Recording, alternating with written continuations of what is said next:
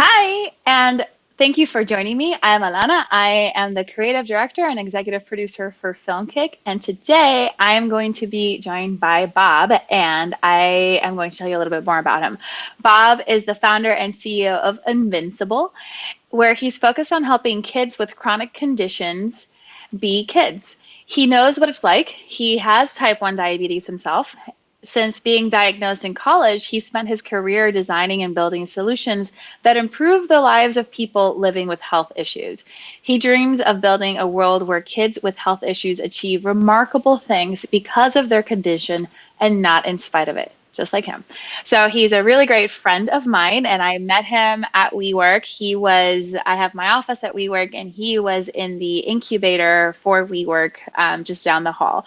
So I've had the pleasure of kind of knowing a little bit about his startup and just how it's been progressing. And just in, I think it was January or December, I think it was January, I think it was after Christmas, but he'll let us know. He moved over to Atlanta because he got accepted into Techstars, which is an accelerator in Atlanta. And then suddenly he's in a new city. His app is booming. Everything is just going really well. And then suddenly we have the lockdown. And he's going to talk to us a little bit more about what changed and how he has continued to still work on the application, and it hasn't really slowed them down. So without any more introduction, I want to bring you Bob. Hey, Bob. Hello, how's it going? It's going well. So you're at the beach, obviously. That's right. COVID's going well so far. So tell me, Bob, tell me about your journey. So I told you heard my intro. I mean, it was just kind of going like this, and then suddenly you have to stay at home, but your home is not really home. You're in a brand new place. So tell me about what happened there.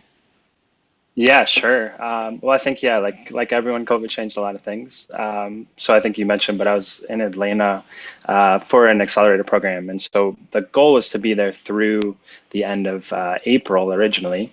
But yeah, when all this started getting worse and worse in March, kind of started seeing the signs of needing to come up with another plan. And so I'm originally from Indiana, but was in California prior to that, which is where we met. And so, yeah, I kind of made it halfway back to California. So back at my mom's house right now and hanging out. So making the most of it. And so far, so good, getting lots of home cooked meals and everything else that goes along with that. So it's been great.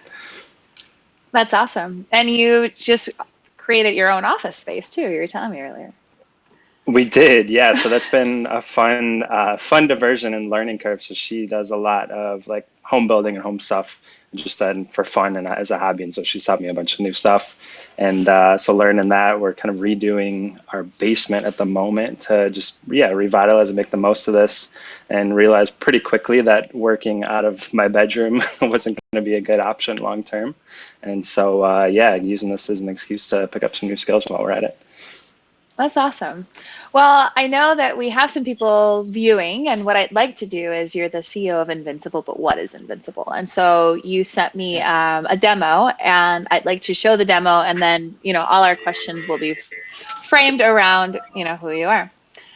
Sure. And there you go. So here's your demo. Awesome. Yeah, so here's just to walk you through it. So what we're building is really an app that helps families who have kids with chronic health issues. And so we're looking at, in this example, a family who has a kid with type 1 diabetes. And so this app is really all focused around team building. And so one of the things we've learned with managing health issues is it's never one person doing it. And regardless of what the health issue is, there's always a support staff. And so for kids, that's especially true. And so one of the things we did early on in our research is really hone in on who is that team and how can we better connect them. And so what our app is doing is really allowing families to connect to all the places that their kids receive care. From this perspective, it's really just focusing in on all the natural conversations that happen. And in this case, that's school. And so kids spend about 30 hours a week at school. And a lot of that time is really care that their family doesn't know about or doesn't always know what's going on. And so we're trying to bridge that gap. And so to show you what this demo is kind of cycling through is really just starts with a simple notification that their kid got care, but then importantly shows them exactly what happened, in this case, kind of what their glucose is, and they can respond back and have a direct line to, in this case, the school nurse. In most cases, that's all this is. And so one of the things we've learned is the care that happens at school and with families is most of the time the right things are happening, but families just don't know what it is. And so we want to provide just an easy way to just get that information to the people who need it. And then when there is information that needs to be corrected or changed, that we can have just an easy way to do that. And that's what our app is starting to do and what we've been testing out for the last 6 to 9 months. That's awesome. And so tell me, what's the state of the app today? Yeah, so well, COVID, I mean, you mentioned kind of the living situation changed. It's changed obviously a lot from a business perspective too.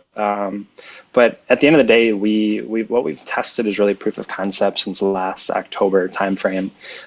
That was just what you saw. And so what we've kind of pivoted towards is building out what we've learned in working with schools and families to bring something directly to families. And so it's getting actually really exciting from our perspective, because we're about to take all of our learnings and kind of package those up in a beta test directly with families. So now that schools are out, childcare is migrated to home, we want to be able to provide value to families now, but then also learn from families and start to build those relationships that we already have and new ones, so that when school's back, when society starts getting back to normal, we can really take advantage of all the care teams and all the care that kids are going to get and are getting. And so 2 weeks is our beta launch, and so gearing up a lot towards that, from getting families excited, getting our app ready to be built, and all the other pieces that we're building as the train's moving down the road. That's awesome. So we talked a little bit about disruption earlier. What do you feel what can you not do now that you could do before? Like what changed? What did you have to specifically, immediately, quickly change in your workflow or in your application or your business model in order to adapt? Sure. Yeah. I mean, the biggest one was our primary channel that we were working with was schools. And so, as you might imagine, COVID changed our school relationships quite substantially. And so most of the schools that we were working with already shut their doors. And so we were about to kick off a couple big pilots on top of the few that we had. And so that changed substantially. That's not to say we won't go back to them, and we're still in communication with the relationships we've built, but at least for the foreseeable future, school looks quite a bit different.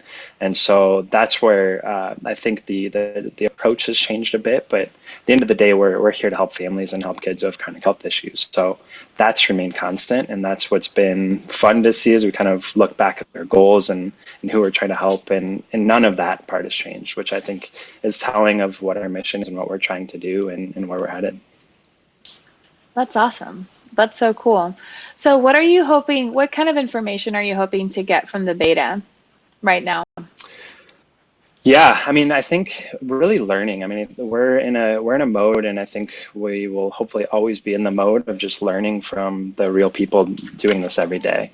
And so, I mean, I live with this, but families have a very different perspective and different experiences that they need and help that they need.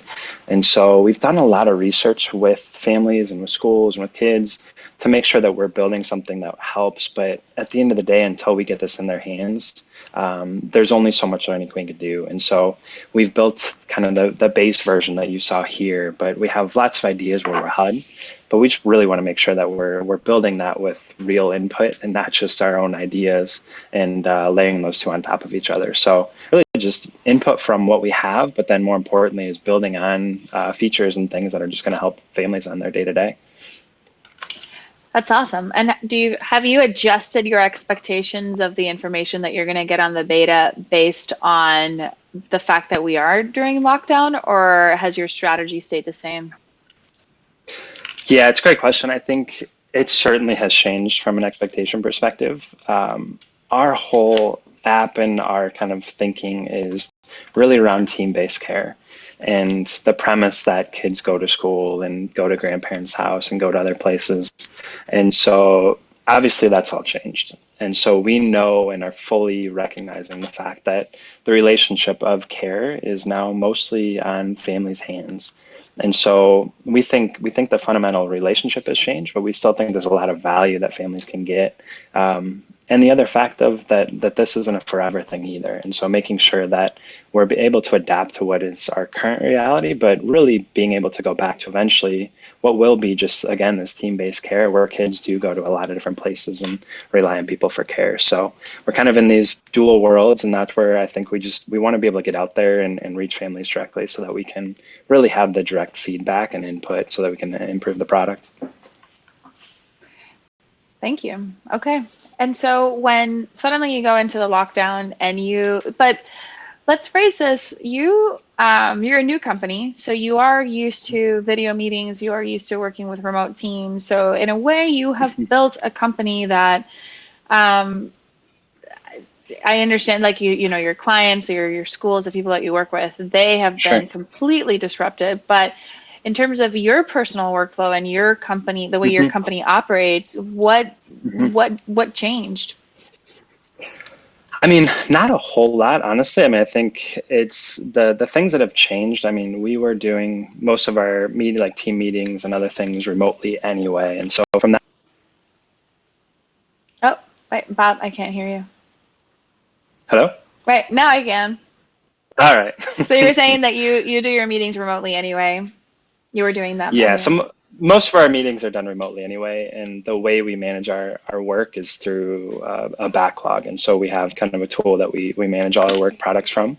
And so, I mean, the best thing that's I think come out of it is both personally and at a team level is really being more diligent about using that backlog and making sure that we're all on the same page, because I think it is easier than ever to kind of get off track without check-ins and without those things. So it's building a little more, I think, robustness to our process so that we can make sure that we're building the product, we're staying on track, and that we're all on the same page.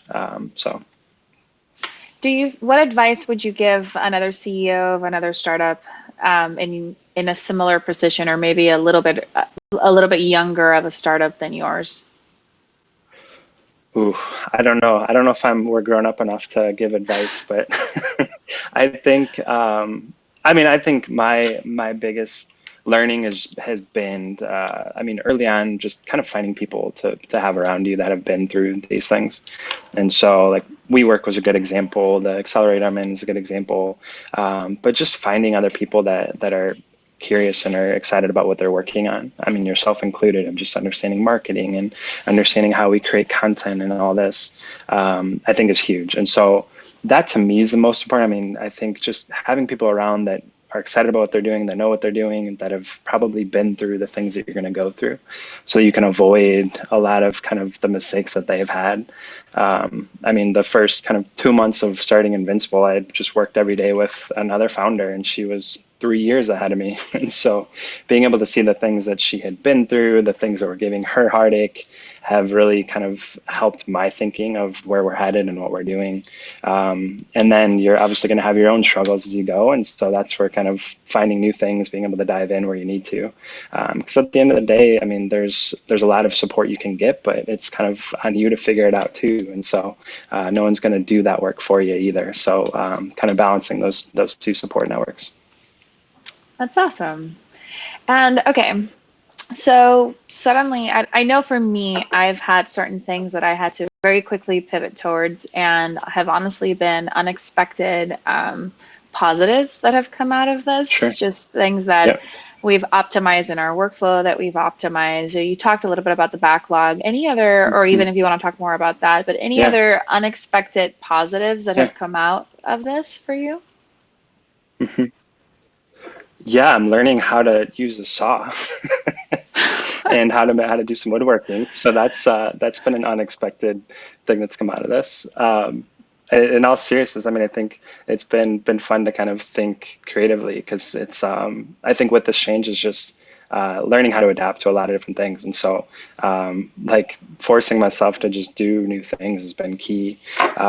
So I mentioned maybe pre-show is we're doing some of the like rebuilding our basement. And so that's been a fun excuse to learn some new skills. But seriously, on the business front, I think, there's no shortage of things that we're starting to try now that we're going directly to families and reaching them. And so I think it's a good time to be able to do a lot of just like internal work that we needed to get done. And so the first 2 weeks of COVID was just reassessing our goals and reassessing our process to figure out, while everything was kind of going haywire, just figuring out like where we headed, making sure that we're on good footing, and then not being kind of too communicative with customers that were also trying to figure it out. And so now that we're kind of all kind of normalizing and getting used to this, is now starting to be more outward again. And so kind of building a lot of the things internally, but now starting to communicate a lot of that outward, and just like design stuff and marketing stuff, but then also the product that we're about to release too. That's awesome. So how have you changed your marketing of your beta, or have you? We're learning as we go, I think. I am not a marketer by trade. I'm very much learning this on the job. So I think it goes back to like finding people that are smarter than you to figure that stuff out. So I have a cousin who's in advertising. She's helping a ton with all that stuff, and just being able to test a lot of stuff out. I think what I'm learning, at least personally, is I like to try a lot of different things and just see what works. And so for this beta as an example, I mean, there's no one silver bullet that will work. And so we're trying a lot of different ways. I mean, it's a mix of people who have expressed interest and families, relationships we built, social media, but then also just being creative and having fun. Because I find if we're having fun with the product we're building, then the customers are going to love it too. And so that's what's been fun, is just trying all that out. And there's no answer, there's no kind of Google search that will tell us exactly what to do, but it's just trial and error over time. I know. I wish. It would be. Yeah, it really, it would be very nice. Like, what do I do next with my life, Google? Maybe I should write it down. It might come up. It might come up. Yeah, I might get, I wonder right. who has paid for that search string.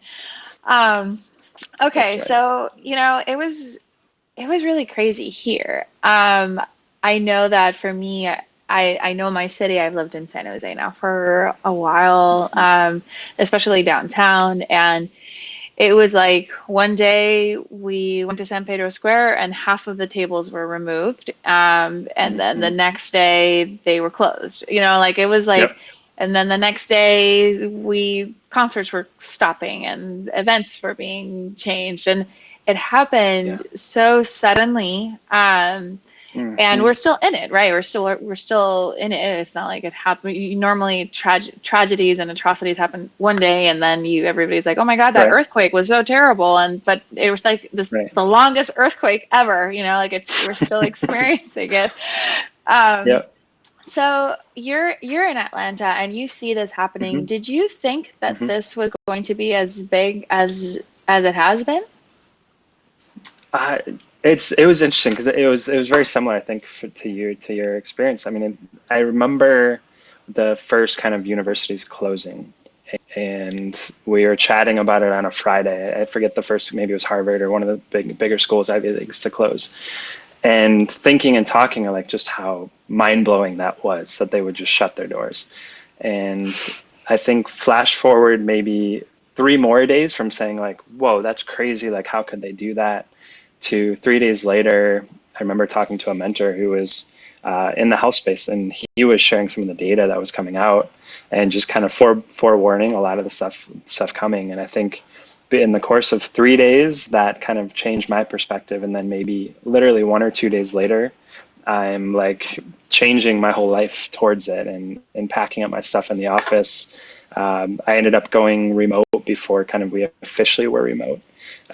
Because our office space was in the middle of like a mall, which in good times was great because you get good food and everything else.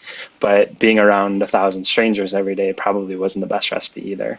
And so I think from he's saying, "Oh, that's crazy," to packing up was like maybe 7 days at best. And then maybe a week after that, I'm flying home and packing everything up. So it was crazy, and still is crazy. I think we've all adjusted at different speeds, but I think now that I'm settled, it's been awesome and figuring it out. So, but so far so good. Nice. So I just want to say that one of our viewers, Reston, says that he Googled, "What should I do next?" And one list item was "let go of the outcome." That's what Google said. Good to know. That's a good start. That's right. Yeah, there we go. Let go of the outcome. All right. Got it, Google. So she basically gave us a non-answer. That's a non-answer. Right. That's kind of a bullshit It's answer. But that's okay, right. I'll take it. Um, all right, so then things are normalizing. What's next for you? Yeah, I mean, I think a lot of it really is just for us, it's all focused on getting to this pilot and learning with families. So everything else is kind of taken a back seat from a company standpoint and really just getting our product out to the families that we want to help and just getting them to use it, try it, but then importantly, help us learn because we're onto something. We haven't nailed it yet. Maybe that's a bad CEO quote, but yeah, I mean, I think our goal is to really just get into families' hands and get them to learn. And so my guess is the next several months look like that. And as we continue to build traction with families, it's going to get increasingly exciting because the more families we get and so app support on the app is the more families we're able to help. And so everything else is kind of gravy and good and awesome. So I think that's the main stuff. And then from a life perspective, who knows where we're where we're headed and where we'll be, but figuring that out day by day. Do you have any plans on joining us back in California at any time soon? I don't know. I think my mom is in earshot right now, so I will not comment on that one. All right, that's fair. I That won't. is, all I'll say is that it snowed last Friday here in Indiana, so I believe it was 70 that day in California. So Oh yeah, last Friday I think I was sitting outside drinking some wine in the terrace. Oh, that's another thing I that's forgot to say. So Bob was my neighbor. And that's right. so yeah, so It's crazy. it's so crazy. You were my neighbor. Everything a lot has changed at Avalon for sure. Yeah, I Everything bet. is I locked bet. down. The gym is closed. But we'll Yep. survive. So Crazy. Bob, I mean, so the interview was really going to be about like COVID and how you've handled, and I feel like you have done such a wonderful job, like just continuing to work, and you were again one of these newer companies that's just kind of born in the cloud, right? So like born Sure. into virtual meetings, born into, Hmm. having tools that are in the cloud that everybody can access. You don't need Yeah. to necessarily have it on your computer. So you're Sure. a cloud era company. So Yeah. but even as a cloud era company, your clients are not, right? Your schools are probably the Hmm. furthest away from the cloud era, especially public schools, right? It Sure. took my daughter's school like 3 weeks to figure out what they were going to do. I mean, Yeah. they were the slowest to pivot for sure. Hmm. I would say any other things that you want to talk about that have to do with like what you have gone through that maybe I haven't asked you. I mean, I think it's an interesting time, and I think everyone. It's been interesting from my perspective, to your point, to see like how companies and how people are responding to this, and it's been, I think, pretty reassuring to see, especially like a lot of the startups and founders that I work with, adapt pretty quickly. And I think it's one of those times where it's kind of lucky to be small and be able to pivot and adjust pretty quickly. And I think like the tools have never been better, and they're all like becoming free right now. And so like more than ever, it's actually pretty easy to find all this stuff and get access to it. And so it's been interesting because I think the first couple of weeks everyone was in this like wait and see mode, and I think now that things are at least here for a little bit, and hopefully, obviously, there's a vaccine today, and this whole conversation changes. But until then, be able to just pivot quickly and see and be able to kind of lend help where we can with schools, with families, with other people, but also I think just being cognizant of the what everyone else is going through is not exactly our story either. And so just being a bit more patient and looking more internally as much as ever to figure out like what we can do better as we go. Nice. Do you feel like you're, as a CEO, you've had a little few more conversations with your financial stakeholders about the future of the company? Do you feel like there was a little bit of fear or resistance from them? Yeah, I mean the funding landscape has changed significantly for sure. I mean we're in a lucky stage where our costs are extremely low. and we've raised a bit of money. And so we're in a state where we do have the space to go figure it out. But that's a lot of luck. And I think a lot of companies aren't in that situation. So, I mean, the first thing I did, and I mentioned some of the replanning, is just like, how can we cut costs? How can we make sure that whatever we're doing we can go figure out as long as possible and do that. So I think that perspective was just healthy regardless of the environment. It just was a good forcing to go after it and make sure that what we're spending and what we're spending it on has an intention. And I think everyone's kind of done that gut check and at different levels of that. And so as this happens, there's also become a lot of new opportunities between funding and fundraising opportunities that didn't exist before in the form of like grants, for example. So that's been interesting to see, where like the typical venture money will be slowed down for quite some time, but a lot of the other channels like grant funding and probably most importantly just making money as a company, which is always a good idea, become to the forefront and just being able to do that stuff. Yeah. Wow. Well, thank you. Thank you. Anything else you want to tell me or ask me before we end? Yeah. How's your work from home life going? Are you enjoying it? I saw the family. It must be nice. It's nice. It's nice. Yeah. It's a lot. It's very different. My shoots have changed a lot. I now Yeah. tell people to point the light up at the ceiling. I have a lot more of those conversations and just setting people up at home. But I feel like, working from home has been, at several points of the week, I would always have like at least one day that I would work from home. So I'm very used to Sure. the dynamic of working from home and all of that. But I would say it kind of similar to you. I can adapt, but the people that I was working with had a hard time adapting. Not everybody. Some people adapted better than me, but some of my clients Sure. couldn't. So to be able to be there to facilitate continuing to create that content, continuing to create the marketing events, and going live instead of doing events in person, and doing more of that has definitely been.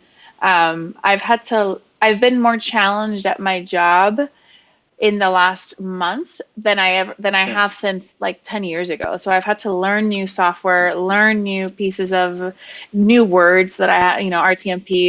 You would have asked me a month and a half ago what that meant, and I would have been like, I don't know. So I feel like definitely for me as a professional, having to adapt for myself and for my clients and for their expectations, and like this world that changed overnight.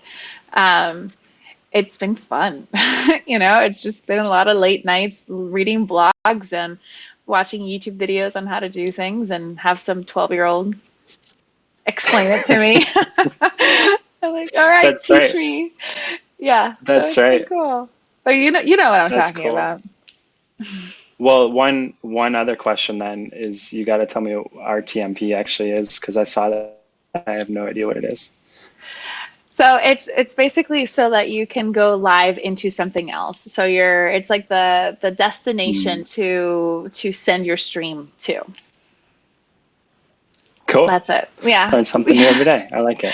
Yeah. So if you're gonna go into like a YouTube, or if you're gonna go into something else, it's kind of like just the address and the what you use to then get in there. And that's it. Cool. Yeah. Yeah. That's So awesome. it's something that All right, you good. I like need. it. Yeah, so Yeah. it's been great. It's been a huge learning experience, and I've really enjoyed it. And I really appreciate your time. And I encourage, so tell me, first of all, I know a lot of people are Yeah. going to want to help, and they're going to want to be a part of your beta. Who is the ideal person that you're looking? Because I'm a mom, but am I the right Sure. person? Like, who are you looking for?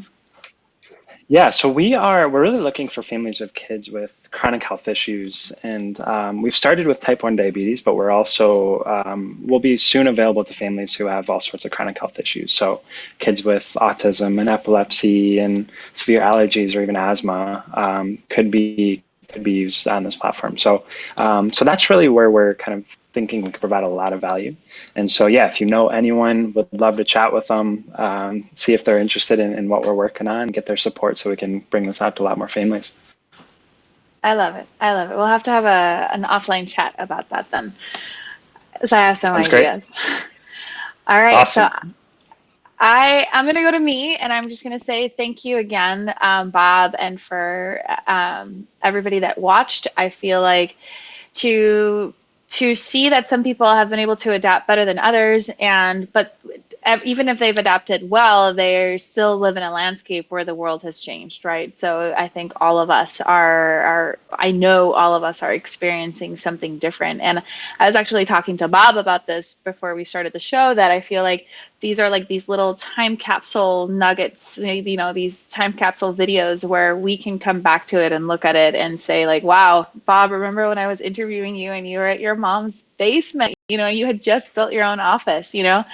It won't be that's what happened. It'll be like literally that's what's happening. You know, we could see the palm tree behind him while we were talking. So it's I hope that you guys can enjoy it as much as I have. I know that I certainly do enjoy these. So I hope to see you tomorrow. Tomorrow I'm going to be talking to the CEO of FreeWire, and his name is Arcady, and it's great. They do these like mobile electric car charging station things.